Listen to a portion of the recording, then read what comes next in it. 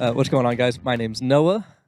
I'm Hannah, and this is Get Godly With Us. And today we have a special guest.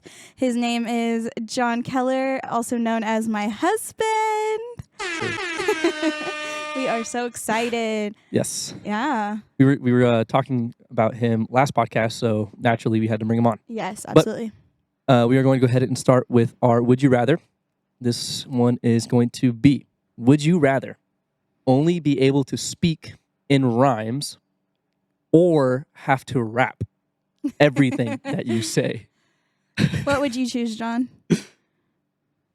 Man, I like both. That's what I'm saying. But isn't like rapping rhyming or not? Really? Rapping is rhyming. But rhyming but more isn't of rapping. a beat kind of rhyme, right?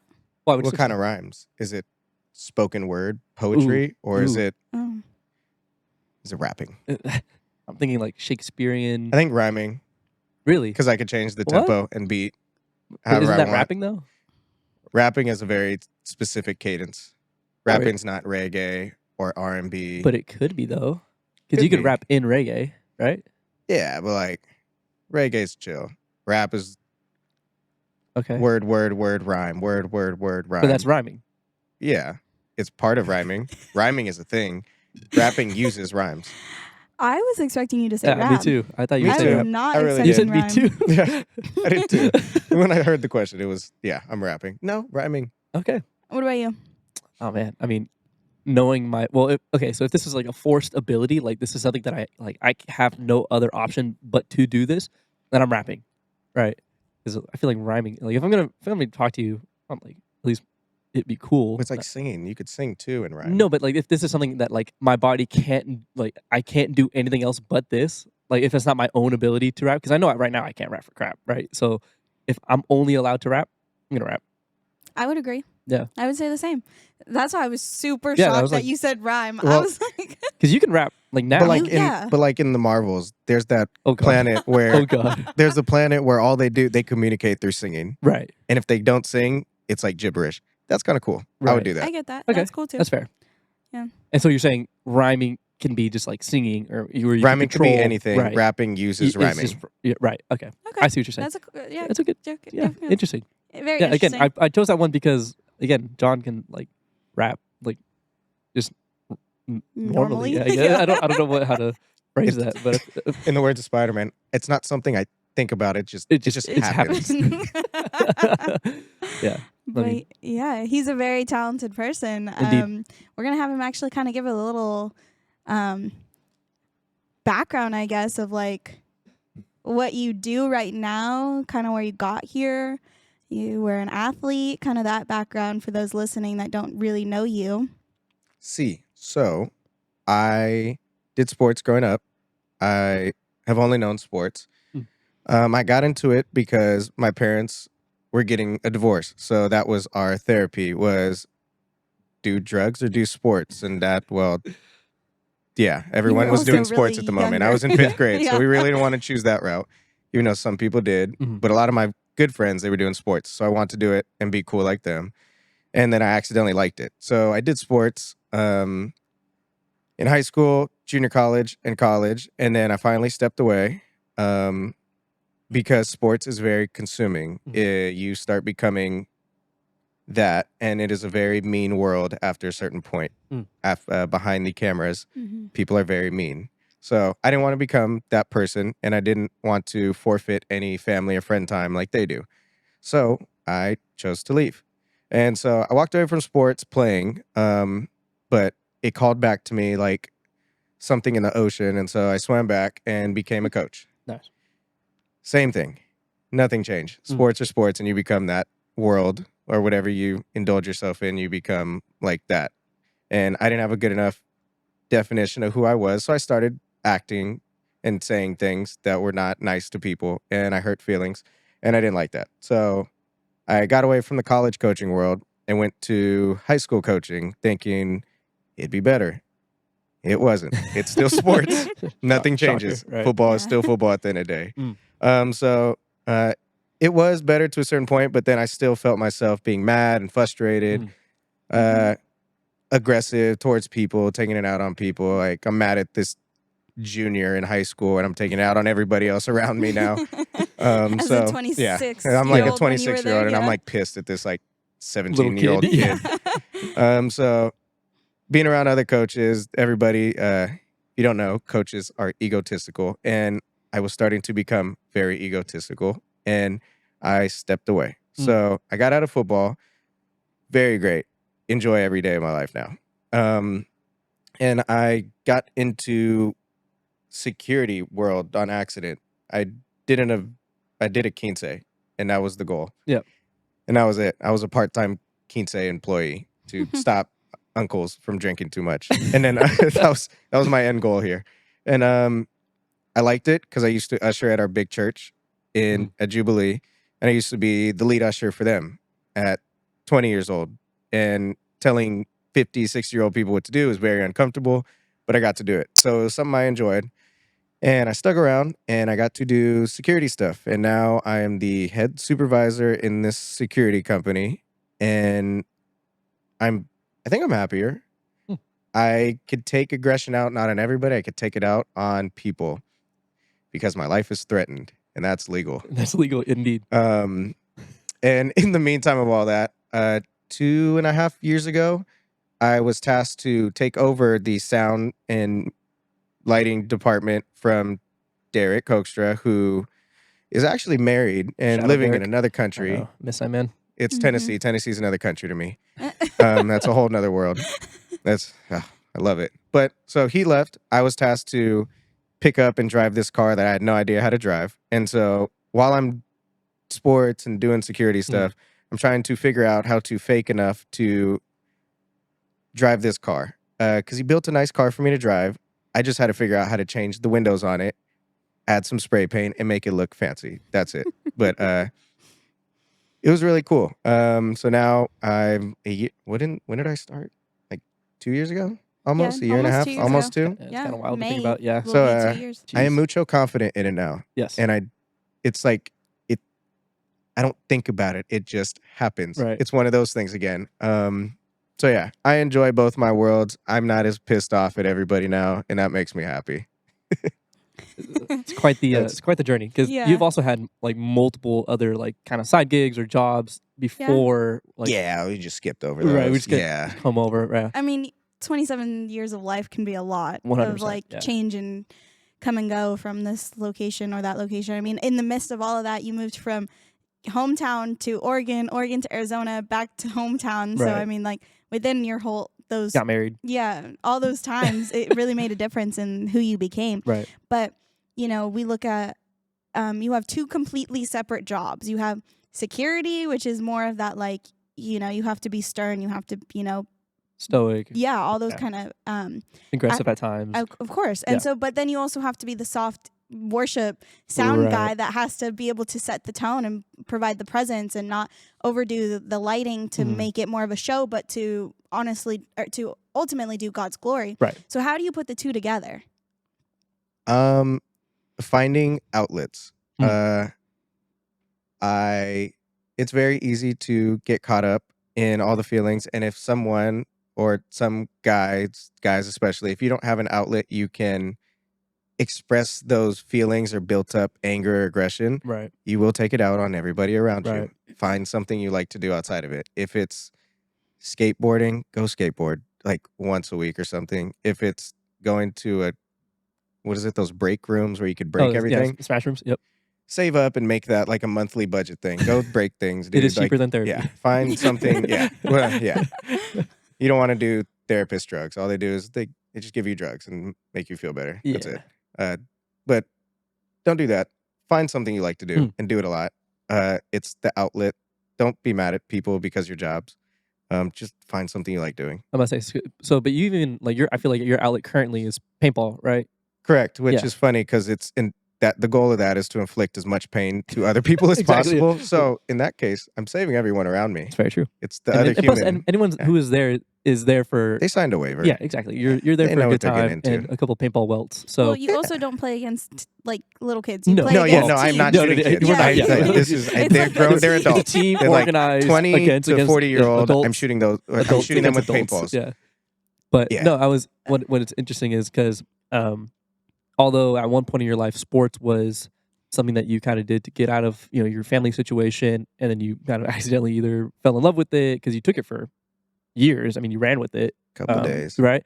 And then, so now, do you feel that sports is now that same outlet that it used to be, or is it now something that you're still trying to navigate? Like, is sports your only outlet? Is what I'm kind of getting at. Or now is it like, you took the divorce of your parents to then put it into an outlet, but now that outlet kind of brought some change of feeling. So now are you taking that feeling and putting it into a different outlet and kind of letting that? Are you like transitioning? Because throughout our lives we transition, our likes and our hobbies and all those things. But usually what you choose to do in a season is because what happened in the past or the transition you're going through. So since you went out of the sports world of football, now do you look at it as like finding something new to make up, to transition from what that was? I think when I started football, there was the goal of getting over a divorce and getting to my dream school. And I feel like once I accomplished that, it was more, not a burden, but it was like this loop I was stuck in. So I already did what I wanted. Right. I got over it and I got to my school that I wanted to go to. At that point, I did everything I wanted in the sport World. that I wanted. Yeah. No aspirations to do coach or do anything pro. It's just, I did what I wanted. And then once I got what I wanted, it felt like it was just I'm here doing it. But it wasn't like fun. Right. There's fun moments, but Right. in it itself, the process wasn't fun. And I think because I labeled it as that in my head, I treated it as such. And so that's when it got hard later. I didn't have anything to base it off of because I just made it about getting over a divorce. Right. I didn't make it about really loving it or using it as an outlet for something. Gotcha. So this, in a sense, now, it is a replacement in a sense because there is something I'm doing outside of my regular life Right. that I'm like getting to vent in a way. Mhm. But this one, I'm using it as I get to be competitive still Right. in a high stress environment. I get to exhaust these maybe anger feelings and take it out on a poor few fellow men. And but it's more of a therapy to me now. Like I leave there and I'm like, that was cool. Right. I feel good. Let's Yeah. whatever you guys want to do that day, I'm game. Sign me up. Right. Yeah. You guys can say whatever you want Saturday afternoon. I'm saying, okay, Right. I'm cool. I'm content. Let's go. I'm like, yeah. Yeah. It's like I meditated for 3 years. I'm totally fine. Right. And so now that I labeled it as a therapy, it's not a burden to show up every day there. Like I'm still doing it. Right. It's I'm doing this so I don't flip out on anybody else. Right. And so when I don't do it for long periods of time, there's no other outlet for me to Right. get these those feelings out. Right. And so that's when life becomes frictional for me. Fair enough. Do you find yourself having that outlet, Hannah, every now and then? I know you did cheer during high school. I find it difficult for myself to find an outlet that's kind of that I like can put myself into. Right. For a long time, I was really jealous that he had something he could just be like, oh, interesting. I'm going to go and let all my feelings out. Right. Where I'm over here like, I'm not a painter. I'm not, like my outlet, I think, is more like being with friends and family. Fair enough. Like like the days that we just hang out and play board games or card games or we just hang out, like that's my outlet, but it's not an individual outlet. Versus his is like more like himself. Right, exactly. Not surrounded by his close knit family or anything. But I feel like when it is just myself, it's more like I just want to watch a TV show and just chill. Right. Like because Cool we're always so busy with each other. So it's like kind of two separate things, but I don't have something where I put all my time in or make a certain day for it. It's just when it comes and goes. But I know when I need like that, let's go do an escape room kind of day or let's go, mini golf or bowling or something kind of days. And that's probably my like fill me up for the week. I got you. What about you? I mean, for a long time, I think similarly to John, right? Like, I don't know if maybe it's a guy thing where you kind of put in this position where you kind of have to start just bottling things up. Things aren't as or they're not made available to you that you can that's a safe space that you can let these emotions or these kind of things go in a healthy sense. So for a long time, I bottled stuff up in my my household, at my work life, with my friends, and then unfortunately either my friends or my ex-girlfriend at the time would kind of be on the receiving end of all of that kind of anger. So unlike John, where I didn't have sport as my outlet. It was very much like I think gaming was really like the only thing that I could really, I could sit on my computer for hours on end and just be like, all right, like I guess I got it out. But the problem with that was, you spend 4, 5, 6 hours and nothing felt accomplished. Yeah. Like you look around, you look out, you take off your headphones, you're like, wow, like I'm still in the same kind of place. Like nothing's changed. My room is still dirty. My house is still a mess, or I didn't do anything work wise, so I didn't never felt like accomplished. Mm-hmm. And then it wasn't until where like I started to, and similar to you, John, where like I started treating my job or aspects of my job as therapy, as like just things that I can do that can de-stress me or like be therapeutic in a sense. And one of those ones was just photography. So as you guys know, when we travel, I'm trying to always take a picture of something, or He'll be like in the car window, like yeah, or whole, like, like, yeah, just taking or like run off. We'll all pictures. be walking on a trail, and I'll just like scroot off, Yeah, we'll be for a like, little "Where'd bit. you Grab a picture of a be cactus on or the a tree. top of a mountain in Arizona. Yeah, That just- nobody else wants to climb yeah, because but what? yeah, Get pictures. yeah, exactly. Yeah, exactly. And some people, it's like what I'm doing isn't like he's just being weird. You know what I mean? Like, and that's fine. But yeah, the photography, I don't even know if I can really describe it, like, because it's not like a physically demanding activity like paintball, and it's not a very social kind of thing like family time or game nights or whatever. It's like this weird kind of thing, like where looking through that viewfinder and like seeing something in my head and how I want to capture it, like working that process out is therapeutic, and I feel that I'm accomplishing something Mm-hmm. at the same time. So I mean, yeah. it's a beautiful gift that God gives you, the eye Yeah. for it. Yeah. Not everybody has an eye for capturing. No.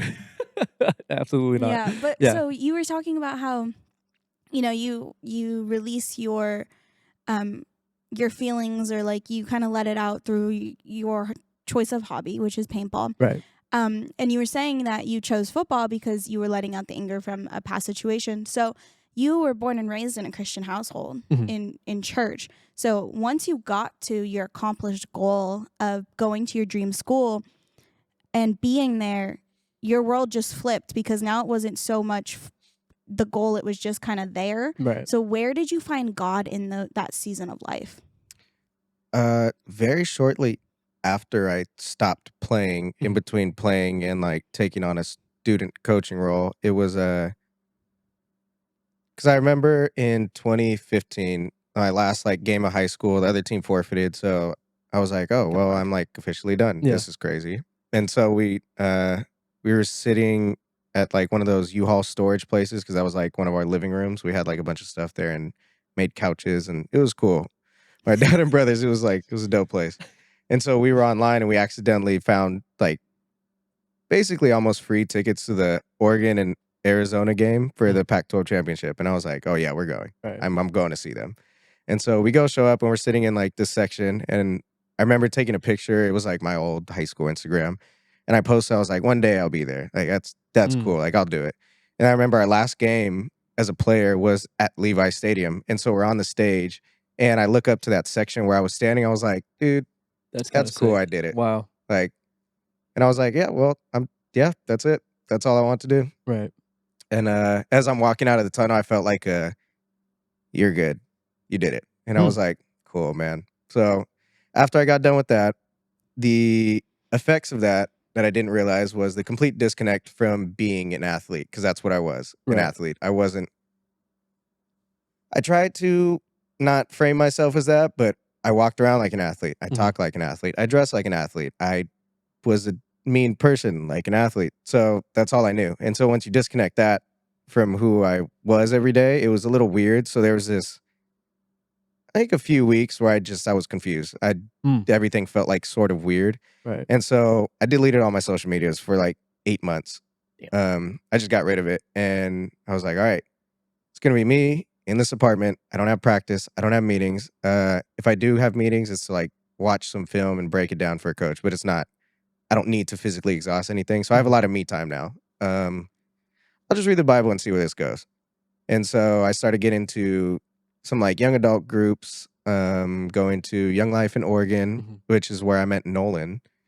Shout out Nolan. buddy. Miss That's you, where dude. all that started. Yeah. we just started hanging out a lot more, going to those different groups. I met my boy Brady over there.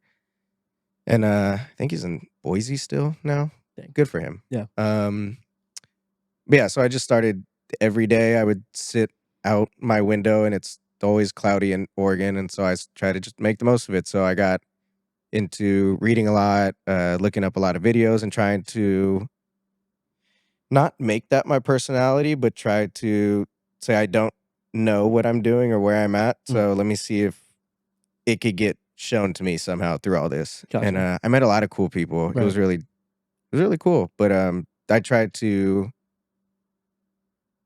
I guess, make myself that super cool Christian guy. And that's where I also fell out, because I never still defined who I wanted to be. I wanted to be something else still, which was what I was as an athlete. I wanted to be an athlete. Right. In this case, I wanted to be the good Christian guy. And I never defined what I wanted to be really, or what I wanted. And that's where the holes fell. I messed up. I said things to people because I wasn't able to be who I wanted to be. I tried to be this image, and when I failed miserably, Right. and I felt really bad about it. Right. And yeah, it all stemmed from me trying to be something I wanted to be, instead of Who you were. just labeling like what I like, who I am, and what I want to try to be in this world, Right. and start from there. Right. And so I found myself in that loop again, except instead of being an athlete, I'm trying to be someone else. And didn't work. Shocking again. Yeah. It's so do you think at any point, like, God popped up in a big way? Like, do you feel like he ever, like, I mean, it feels like you get caught up in this loop of like, oh, like, I'm trying to be this person who, I think I'm supposed to be, but I'm failing. I've been there where, I'm trying to pursue something that I think I want to do, and I'm trying to be someone who I'm not, and then I fail at that, and I beat myself up because I'm like, what am I doing? And then, but again, was there any point where, like, God was like, son, like, just chill out, like, I'm here, like, and he showed up for you? Or Yeah, there was how do I word this? I expected a change and did nothing to show for it. So I expected a reward for not doing much of the work. I Right. pretended like I did the work. Right. I read the book. I showed up to a few random churches ever so often. But when you go out and party every weekend, Right. and you get involved with everybody else and their drama, and you say things certain ways, and you do nothing like you read about, Right. I was expecting a lot for little investment. And so there would be times where I'm like, there was like a big like depression phase, and it was like, Sure. well, okay, this kind of goes against it. You said you were with me. You're not. Right. Doesn't feel like it. Yeah. And the whole time it was just, well, duh. Like, you're not doing anything to get that reward. The other guy is. That's why he feels So like plainly. that. Yep. Like, Exactly. you're not gonna. Why would I give it to you? That the other guy's doing way more for me. Right. And I wasn't doing anything. I wasn't doing outreach. I wasn't doing what I used to. I went to one. There was like one retreat like we went to for Young Life. I think it was Young Life, or it was like some like young adults group. And that was kind of where like it sort of checked me in a way, where I was like, dang, I'm not doing anything that I'm supposed to be. So I'm not shocked that maybe I'm not hearing it the right way. Right. So yeah. Yeah. I mean, you left Oregon. So then you left Oregon. Yes. And you kind of went out of that season of life and you moved to Arizona. So in that season, where did God show up for you? Right. I mean, obviously you met me. Yes. True. So, and we got married from that season of life. But where This did is God true. show up for you personally? It was I reflected on first, like, trying to define who I wanted to be, because I went through one big season in my life where I tried to be this, another season where I tried to be some perfect saint that failed, and so now I get a chance to. Everybody likes a chance to restart, Right. and so in a sense, that's what it was. I got to see the sun every day. Right. That was crazy. I didn't know how to act From Oregon to Arizona, sometimes, yeah. and so I got a chance to, I guess, get away from all the places that made me feel like I had to act a certain way. I'm not in my hometown anymore. I don't have to be that person. I don't have to be the Oregon guy. I don't have to be the perfect Christian guy around these perfect Christian people who never do anything wrong. I could just finally try and be myself. Right. And so I took a lot of that time to do a lot of like quiet time work and try to define who I want to be and Right. how I want to treat people in that. And then grow my relationship through God with that person and not Right. the person I tried to be, because that person wasn't sustainable. Obviously, I failed.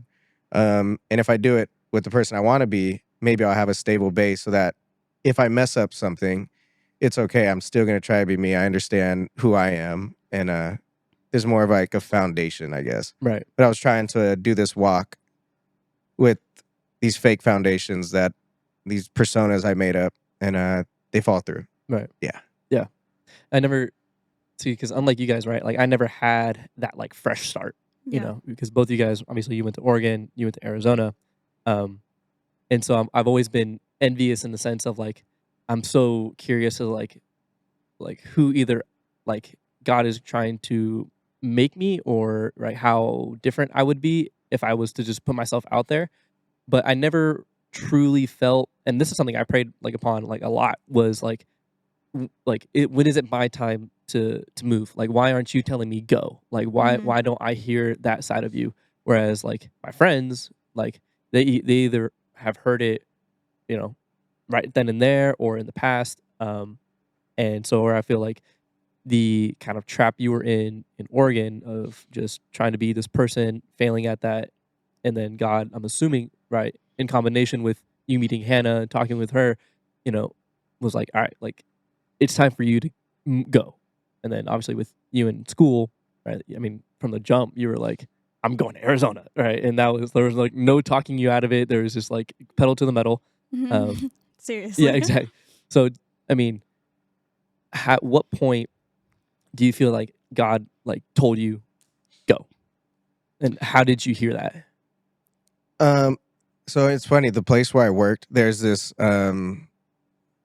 It's all the chairs and it's for all the athletes, and you face like a giant projector screen. And there's Mhm. this table where I did all my work at in one of like the meeting rooms, and behind me is this giant glass wall that Mm. it's like just see through. So you talk to this guy. So I have a lot of conversations in there. Luckily, it's a lot of me time, and every day no one would talk to me for hours, and so I'd have a lot of time to talk to myself. And so Yeah. in turn, I flip it around, and I wouldn't call it conversations because that requires another person to talk back at times, but it was more of a one-sided, I am very upset that I feel this way at Mhm. God, and I let him know. Right. And the words that I felt were honest at the time. I was Right. pissed. Um, I didn't like where I was at. I was really miserable. I tried to act like I was happy because there'd be really cool moments, and I'd be like, "Oh, that's cool. I appreciate this moment," and then I'd go right back to suffering. I don't enjoy it. Right. I got to Mhm. meet Brent. I love Brent, Oh, but everything else my around boy. not meeting Brent or Nolan, and then I'm like, it sucked. I Yeah. don't know. The burger was great. Like there was a Sasquatch burger, and that was like my small happy space. Is that moment, Mhm. and I wasn't happy. So I feel like if there's a place where you're not growing, he will give an opportunity for you to move out Right. of that place. And if you want to try and go there, yeah. Because I don't feel like Oregon was going to be a place conducive to any growth for me. It Mm. was just, yeah. So I had to, as much as that was the dream and end goal to be there, Right. at the same time, that wasn't going to help me become the person I feel like I needed to be. Mhm. So I had to leave. Awesome. So it sucked Yeah. because to a certain point, it's like it sucks leaving that because everybody knows Right. you for this. It's doing this, and then you leave. Everyone says, "So you're not cool anymore." And it's that was leaving that. That was a tough blow. Trying to Mhm. deal with that, like I guess, like as an ego Yeah. is like you build yourself up to be this person, and then everyone thinks you're not this person Person anymore. It's anymore. like, oh, I'm Right. still me. I'm just done Just with done. Yeah. that. It's Yeah. fine. I'm It's still the interesting. guy. Yeah. It's like I don't know I'm still what him. changed. Yeah. Yeah.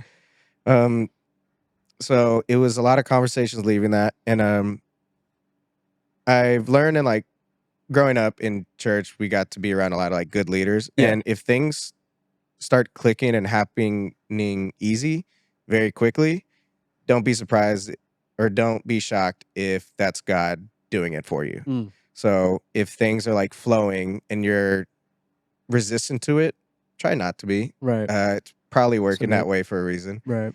And everything, I mean, FAFSA, which the bane of my existence in college. Those guys, I bless their souls, and they're probably great at home, but I absolutely despise everything about them in their office. They're the worst people to work with in the world. But everything was easy. The Right. transition from the academic side over to a new school, that was easy. The FAFSA stuff, to transition that was very easy. To find a living situation, that was easy. For the school to get in contact with you, that was easy. Right. To end the lease agreement early at Oregon, that was easy. Interesting. So To find a U-Haul truck Right. that they were all out, they were rented out, but the day I needed it, they only had one, and that was easy. So Interesting. when things start piling up very quickly and they're flowing, Yeah. the big man's trying to help. Exactly. It's fine. Yeah, he's opening all these doors for you. And it'd be wrong for me to not recognize that and at least attempt to follow it, and be sort of like ignorant towards it. Right. Like the Israelites, God's doing everything, and they're still just like, maybe not. Not good enough. Yeah. It's not good enough for them. And I didn't want to be that guy. Right. And so everything just, it felt right. I know that's like a weird thing, because it's like you can't trust your feelings all the time. Right. Well, maybe it wasn't my feeling. I don't know. It's at that moment, it felt like it was the right thing for me to do, to become someone else next. And that version was the person I wanted to be. Right. And it wasn't going to happen in the place I thought I wanted to be in. Right. So Yeah, that's a good word.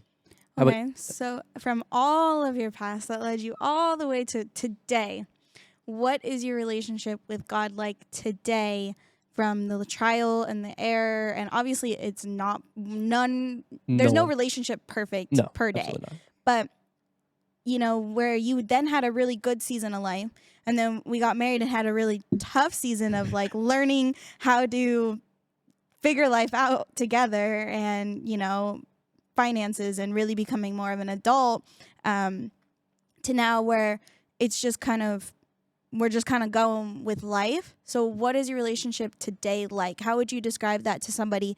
Because we talked about this last podcast of like how you're so good at just kind of like breaking situations down so plainly, and like so easy that a non-believer can understand it and choose to believe after that. So how would you describe your relationship right now with God so plainly?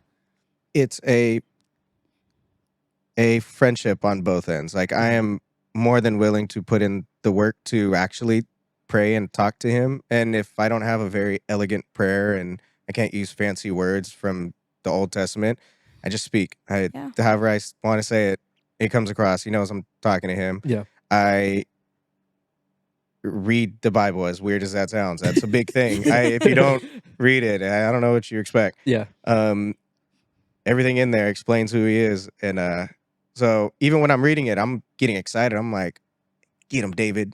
And like, I'm like involved in these stories, because it's like I have this like desire and want to learn how he thinks. Yeah. And because if I don't understand how he thinks, I'm not going to understand how he treats me. And so why not learn how he thinks, how he treated everybody else? Right. And just being like hyper involved in wanting to learn about these stories, and then letting things flow. Like when friends would ask, what about this guy, or explain this part of the Bible, I could explain those things. Whereas if I never read the Bible, I'd say, I YouTube it. I don't know. Right. I heard about it in like youth class. But even when I explain to them, don't feel like I'm going to say the wrong thing, but kind of just let words happen. Right. Yeah. And everybody I've explained it to, it's different. I have a friend, Emmanuel, who I have to explain it very like, love me. I I shorten it and I explain it how you'd want to hear it, because he doesn't want to hear the thous, those, and does. He wants to just, did someone fight? And yes, a lot of people fought. That is Manny. So I explain it like that, to where some of our younger friends, they're just like, they just want to know the general story. They don't want to know 40 chapters of information. It's, there's a good guy. There was bad stuff that happened. He trusted a bigger good guy, and good things still happened at the end. Right. And I've never thought about how I explain things to people differently, but I just always find out who that person is, and I could explain it through them. And back to the main question, like, how do I describe my relationship? It's, I'm willing. I guess. Yeah. To embrace it, and I'm not scared to run away from the, well, here we go, we're explaining this moment, Right. or feel like me explaining who God is too scary. Me going out and trying to be or say the right things in public is too scary, or even my security. Yeah. I have to be kind of a mean person at times, but even then, like, you could be orderly without being rude to a Right. person. Yeah. Right. So having that authority, God did it in the Old Testament a Right. lot. He wasn't like a D-bag to anybody. Like, he had an order. He had to make sure that order stuff happened. And Right. if it didn't, consequences happen for that. Right. And so even in the security world where I have to be a little mean, I try to implement more that into how I act Right. on top of who I already want to be. And it's made it a lot easier when I don't try and pretend to be someone who has it together. Right. I could say, yep, I was wrong, or I really have no clue. Yeah. No, I really like that, because a part of me feels like, there's always that, like, kind of, again, we work in ministry, we work at a church. There's always kind of been that, like, pastoral or like that teaching kind of pressure put on us of like, oh, you're gonna be the next pastor, you're gonna be the next teacher, and it's like, well, like, I don't know yet, right? Like, I haven't felt that calling on my life, at least not yet, right? That's not my season right now. But in similar, you can practically preach or teach these lessons of, like, biblical characters, biblical lessons, and then it almost feels like you're just letting God and the Holy Spirit just work the rest of it out. You give, Manny or whoever you're talking to these, broken down stories that make sense to that person, and then it's almost kind of like Manny is now allowed to be able to see God in it. That's not something you're having to, like, shove down his throat or anything. And I think that way of either, I mean, I don't even know if that is that ministry or preaching or that style of I would just say preaching, sharing the gospel, because or I was very resistant to preach. I made it very oh clear yeah, to no, God, that's you better not. you, No, I I'm not remember. doing this. Yeah, You better find someone else. yeah, But exactly. then I started reading them. Like, everybody knows the story about, Moses led the people out of Right, Egypt. yeah, But like, I went and read it again, again, and I was like, okay, let me actually like read it, and like fully understand yeah, everything that happened. right, And yeah, I was complaining the same way that guy was. dude, We were the right, same person. God, you better not. You better find someone else. right, He even got somebody else to speak to for Pharaoh him, for him. He yeah. said, "Hey, Hey, go, get your fine, brother, I'll use him, yeah, but you're gonna go. You're still gonna be the face of this." right, And he's completely resistant. Jonah's completely resistant. Everybody doesn't want to do this. right. And that's why I'm scared. The more I don't want to do it, I'm scared it's gonna happen. And so I'm like, now I'm just in like That's a good way of, Yeah. that's like so that, the more I resist it, the more it seems to happen right, again and again and again. So maybe I'm just gonna just flow. Maybe right, I'll just, luck out. yeah, And he just, let him, yeah, yeah, And but my way of, maybe I don't want to explain to a bunch of adults that have it all figured out right, a lesson. right, Maybe my way is explaining to one or two people. right, And if it is, cool, I'll right, speak to people. But if it's not, and I do then, it my own way, cool, I'll do that. But at the end of the day, I think it's less of what the role of how I'm doing it, and it's more just, am I loving God with all my heart and talking about Him and spreading the gospel, which is like some of the only things He left us probably like the with is just, biggest two, rock with me and talk about me. right, That's everything else is like, it's nice. right, You could add window tint to a car. You don't need it, right, but like, it'd be cool if you probably didn't steal. Hey, exactly, don't murder right, people. But like, I'll forgive you for it. It just, right. can you talk to people about me at least and Yeah. love me? That's No, I mean, basically it. yeah, exactly, and that's, like, probably, like, the most rudimentary definition of being a Christian is just Yeah. being Christ-like, what you were saying with how you kind of handle yourself and conduct yourself in the security world where, although we have to be a little aggressive or mean or demanding or ordering, so long as we're kind of following in what Jesus calls us to do and how to operate with especially our enemies, right? Like, love on them, more than your, neighbor and stuff like, or more than yourself, right? So, yeah, I mean, as far as where, like, that's as Christian as it kinda gets. Yeah. Yeah.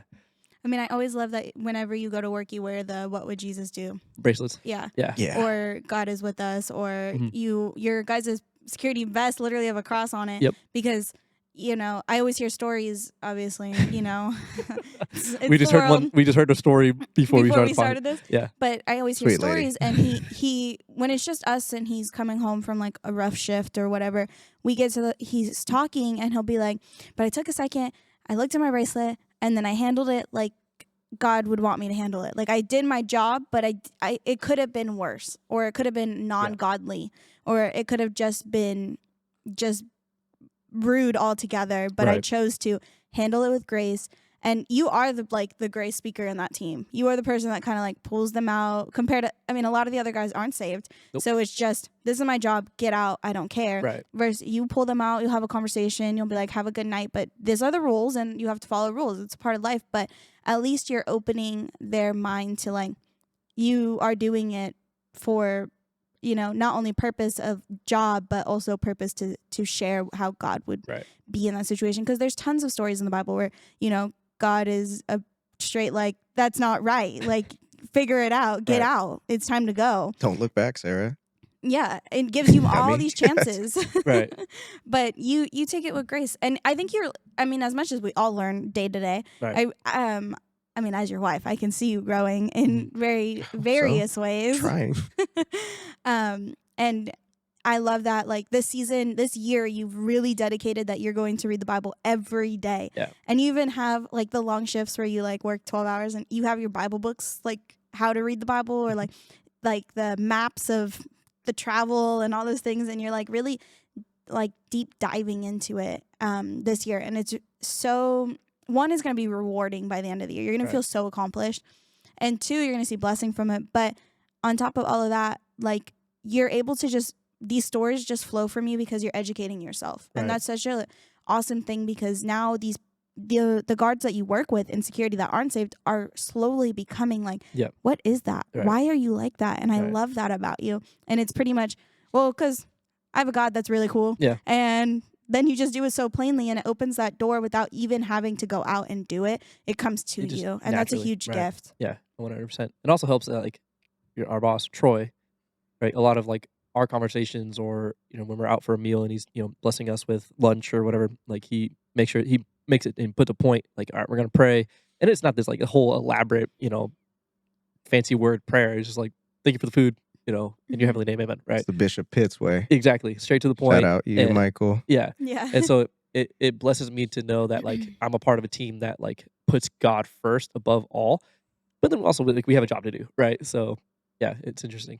And anyway, I mean, same here. Yeah. Like, in Sound for You, like, you have a job to do. Right. But God needs to be the center of it as well. Like, I mean, we're literally at a church working for his, his glory. But, you still have to turn everything on. You still have to make sure it operates. It still has to sound good. It still has to look good. Same with media. You're opening that door for somebody to listen on their phone or at home. Right. And, as greeters or ushers, like, we have a job to do, but ultimately having to give God the glory through it all and making sure he comes first. Exactly. But the gifts he's given us to be able to do these are that open door.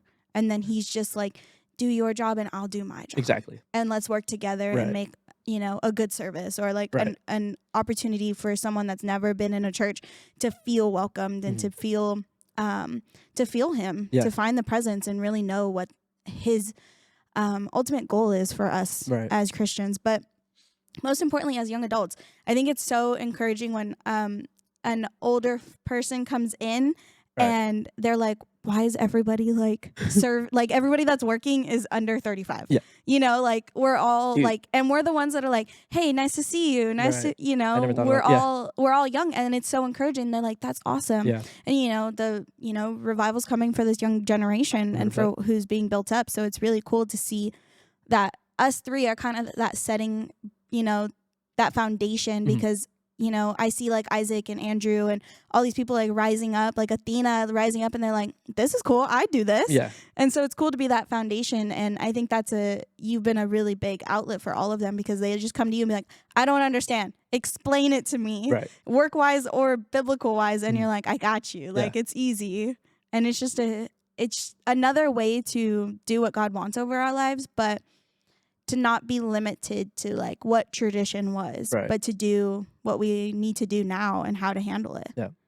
Yeah. I wanted to actually ask you, John, because not necessarily a complete shift in topic, but because sound and lighting is now probably a bigger part of your life than you ever thought it would ever be. Oh yeah. It's kind of just laid on your lap, and we're like, figure it out, which is kind of common actually when I think about it. But um, your thought process in how like either the stage should be designed or what kind of lights and why they should be here and the atmosphere that you can generate, like how much of a like based off of like either people's feedback or however you kind of measure it. But what I'm trying to ask is there any point that you had to balance like what you thought was just like simply cool compared to like what you actually genuinely thought could actually bring people either closer to God or just elevate the experience of being in a church? Yeah, I explained it Monday night, and basically, I have a lot of cool ideas. Yeah. If That's anybody does lights or dude. sound and you don't have cool ideas, well, it's going to be a very hard time. And do we need all the lights? No. No. Do we need all the mics? No. No. We don't have a lot, but we have more than a lot. So it's trying to find this balance of like the band and me and all the singers. It's like production versus like prophetic stuff. There's this Right. like gray line you have to walk, because it's like you could go full on production and make it feel fake. Mm. But it's how do we best illustrate this, I guess, theme or message Pastor Adam and Michelle want to give to the people? How do we Right. best be the markers for them in a sense? Right. And so while the band, they do their part by playing really good music and singing well, Right. I have all the authority in the back end to mess it up.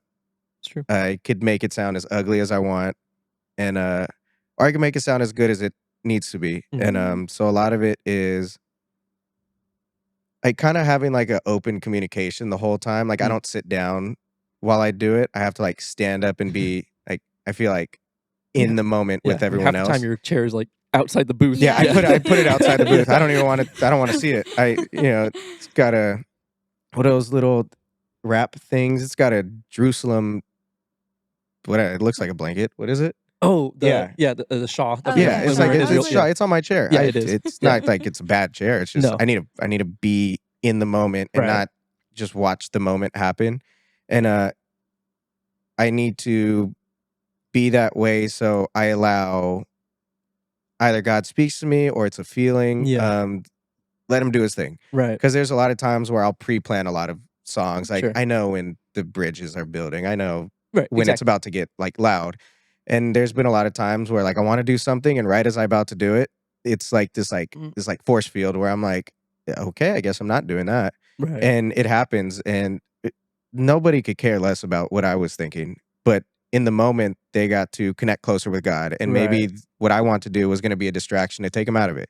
Mhm. And Interesting. Yeah. so maybe not cranking the electric guitar on this super cool solo would be the place for that. Maybe a Christmas concert, yeah, Right. but like where people are trying to have their own individual experiences with God, how do I best support them and illustrate that? And I guess I paint it Yeah. for them. That's a good way of And putting well, it. the sound I illustrate it for them like ear audibly, Right. and then visually it's how do I get them to, there's a feeling everybody has for different songs, or if it's like a warfare song, everyone's like energetic. Right. How do I illustrate that so you could Mm. see that happening like in real time? So it's not just a thought Right. or like this whatever feeling. It's like, no, we're all feeling this. I want everybody to, we could all feel it now. Like it's something we all could see. And yeah, a lot of it's like I've taken a lot of classes on just color theory. Right. I used to paint and draw and do all that in high school and a little in college. So it's like it's natural for me to like do pastel drawings or like invoke a feeling. Right. And it's not, the word isn't manipulation. No. But there's colors that mean certain things for certain situations. So Right. if it's a Mhm. soft, sad moment, I'm not gonna do some red bouncing lights because it's very distractive. Right. So it's more so like understanding what I almost even forgot the question. What is just Right. But like it- understanding the moment and what it calls the for. moment and Yeah. what it needs. Like not overdoing it, but still letting my ideas flow. Like the Yeah. stage design itself. Like Right. I wanted it to be like in the arc shape of like some form of a rainbow. I want everybody to be able to see each other and feel each other. Whereas before it was laid out like kind of everybody was just off there. and doing their just own. kind of It was like doing their own thing. Nobody Yeah. was like angled or looking at each other. And so the way I did it now is like, I want you all to be in this together. Right. I'm going to be in this together with you. And it's like, it's a group thing. This isn't, I'm working against you and I'll make you sound bad if you don't show up on time. Yeah, It's exactly. like, it's like a team thing. We're all in this together. Even the congregation, everybody is, this is not like I'm going to do this better than you think I could do it. Or like, even if you don't think you do it, I'm going to do it. It's we're all just trying to. We're all in this together. Usher in this. Well, like when we were ushered, shout out High School Musical. Right. Yeah.